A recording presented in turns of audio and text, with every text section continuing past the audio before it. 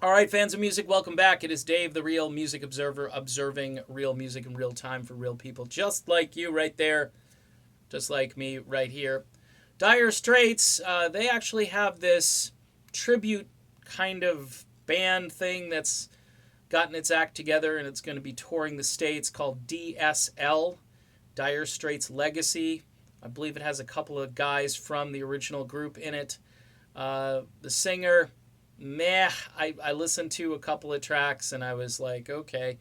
Um, this goes back to the Hall of Fame, where it seemed like nobody wanted to really show up and be Dire Straits. Uh, Mark Knopfler obviously bailed on this and bailed hard, and there seems to be some kind of a blockage going on where he just can't let go of the past. And even in his live shows, I mean, the number of Dire Straits tunes, uh, I guess, is a very low quantity compared to all the other stuff. Of course, he's had this very long solo career now, so there's a ton of music out there that he's written, and he now performs. It's not like a band, say, that gets back together again and celebrates and says, okay, let's just put the past behind us. Even Brother David didn't show up, and he was invited, but apparently, from what I read, they wouldn't pay for his transportation to the Hall of Fame. And he sounds just like his brother Mark, if you've heard him sing. He's got some solo albums back from the 80s that are really good. I mean, if you like Dire Straits, you should invest in some David Knopfler music.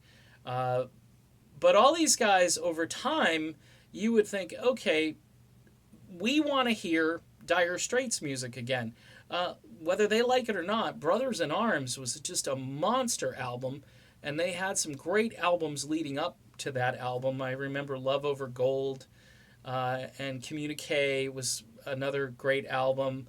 And of course, their debut album, where, yes, Knopfler, I guess, live will still do Sultans of Swing.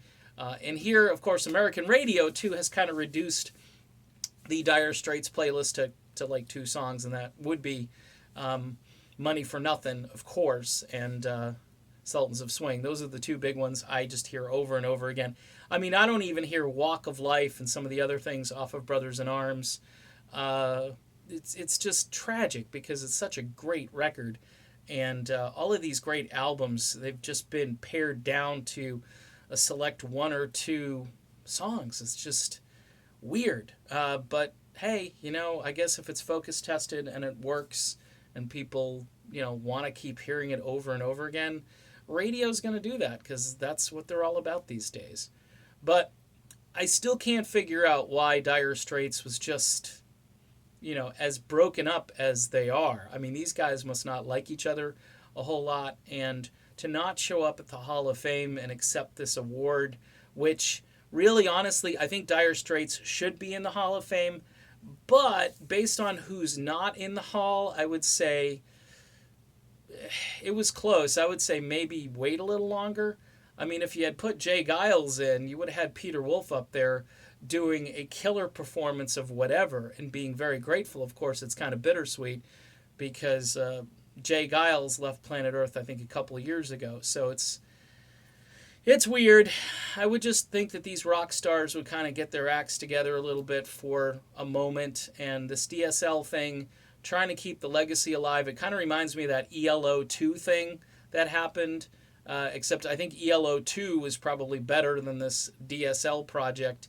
But people might show up because I think there is a market for Dire Straits music. There was quite a bit of it, and much of it was super high quality.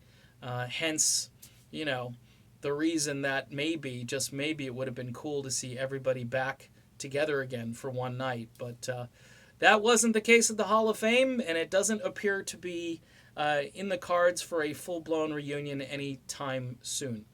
All right, done with this video. Dire Straits, they kind of are in Dire Straits. See you later.